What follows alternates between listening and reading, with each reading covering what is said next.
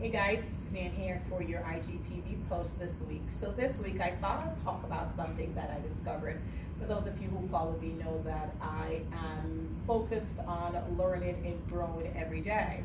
So this week for class I had to do research on three people that I admired, and it's very weird. I chose Oprah Winfrey, Bill Gates, and Warren Buffett. And it's not because they're billionaires, and I've mentioned that before.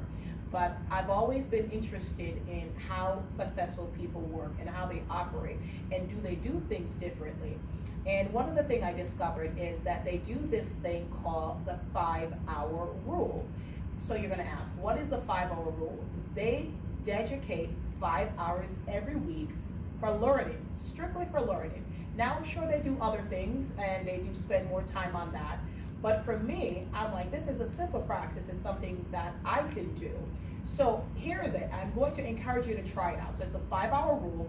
And this 5 hours of the week, it doesn't have to be all at once because 5 hours is a long time, but you can break it up into 45 minutes increment or 1 hour increment. But you're going to dedicate 5 hours a week to learning, to growing. So they broke it down into reading, reflection, and experimentation. So they chose and read books that is going to enhance their knowledge, or articles that's going to enhance their knowledge. And actually, you can find this article. It was in the Business Insider. So if you go into the businessinsider.com, you can find the article about applying the 5 hour rule. So they focused and dedicated at least couple hours a week to reading and learning. Then it was reflection. So what do you do with this knowledge that you've gained?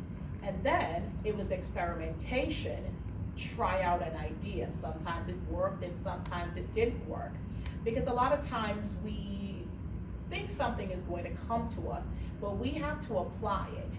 And I love reading magazines. I love reading, a story, a novel, fiction, or things like that. But that is entertainment. So we have to get into the habit of reading for knowledge, reading for insight, reading to gain something that you never had before. So I am interested in learning more about the state of the world affairs. So I'm going to find articles, great resources that I've found. I've read Fortune, I do Forbes, I do the Business Insider, and you can go on to these places, these websites, get the magazines, and find out whatever information you can. And with all these advances in technology, we have the ability to find out much more than we did. I remember, and I'm going to age myself a bit, back in the day, we had to use the encyclopedia, right? And it took forever to do research and things like that. And right now, the tap of a button, you can find things out. I have Google Home, and my daughter, if she asks me something and I don't know the answer, she's like, okay, let's ask Google. That is another conversation for another day. But she's 6 years old, she just turned 6. But from an early age, they know that they can get this information. And I understand that a lot of times the information that you get through the internet, you have to wade through to get to the actual facts. But you want to make sure that you're looking at reputable sites, because anything you need to know, you can find this information. So the 5 hour rule, I'm going to start applying the 5 hour rule more than what I already do. I am going to dedicate 5 hours per week to learning, to growing. So I'm going to do 2 hours to reading. I'm going to do the Business Insider because I'm fascinated by those stories. I am going to do a couple Fortunes, articles and things like that. And I actually am a big fan of the Harvard Business Review, but you only get a certain amount of free articles. But find it wherever you can and dedicate yourself to reading at least an hour or two per week. Mindful reading, educational reading, knowledge-seeking reading. And the next step is going to be reflection. I am going to focus on my path. What am I doing to get there? My past, what happened in the past and things like that, and just really reflect on where I am and where I'm going. And I want my life to be impactful because I do believe that we were all put on this earth to impact others, to make life better for others. So I want to reflect on that and make sure that every decision that I make is a step towards that. And then experimentation, I'm going to try some things out, and some of the things that I try are going to work. and some of the things are not going to work, but I am going to learn from it. I refuse to believe that it's failure. If I try something and it doesn't work, it is not failure.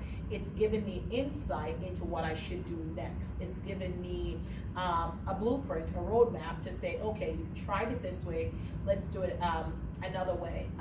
My pastor always says that to grow our spiritual life, we have to do work, and it takes effort. And a lot of times people don't want to do the work, and they don't want to make the extra effort. But if you want great things, you have to do great work. And I know we live in a society where things go viral and you could get famous because you did something funny. But is that truly the fame that you're seeking? And it's not even about fame, but you have to focus on doing something well. And if you want something, if you want to be the best at what you're doing, you have to seek knowledge. You have to grow every day, and you should be willing to read, reflect, and experiment. So I'm grateful for the article, and I don't remember the author of the article, but I do know that it was in the Business Insider, and it listed Warren Buffett, Oprah Winfrey, and Bill Gates as 3 people who practice the 3-hour rule, and they're very successful. And I do like to read the stories of people who have made it, but not necessarily because they've made it, but they've had some failure, and how did they come back from that failure. And we judge ourselves so harshly when we fail at something. And there are people that we admire, that we look up to, that they have failed at so many things, right? And they don't look at it like that, because if they allowed every failure to stop them, they wouldn't know who we are today. I remember when Oprah Winfrey had started, their own network, and they had some challenges, and everybody was like, "Oh, Oprah's failing," and I'm sure she had tough times. And I actually just read her book, The Path Made Clear. It's a great book, and I'll talk about it on a later post. And she talked about what she was going through personally. Personally, for me, I'm not worried if somebody's looking at me and thinking that I failed at something.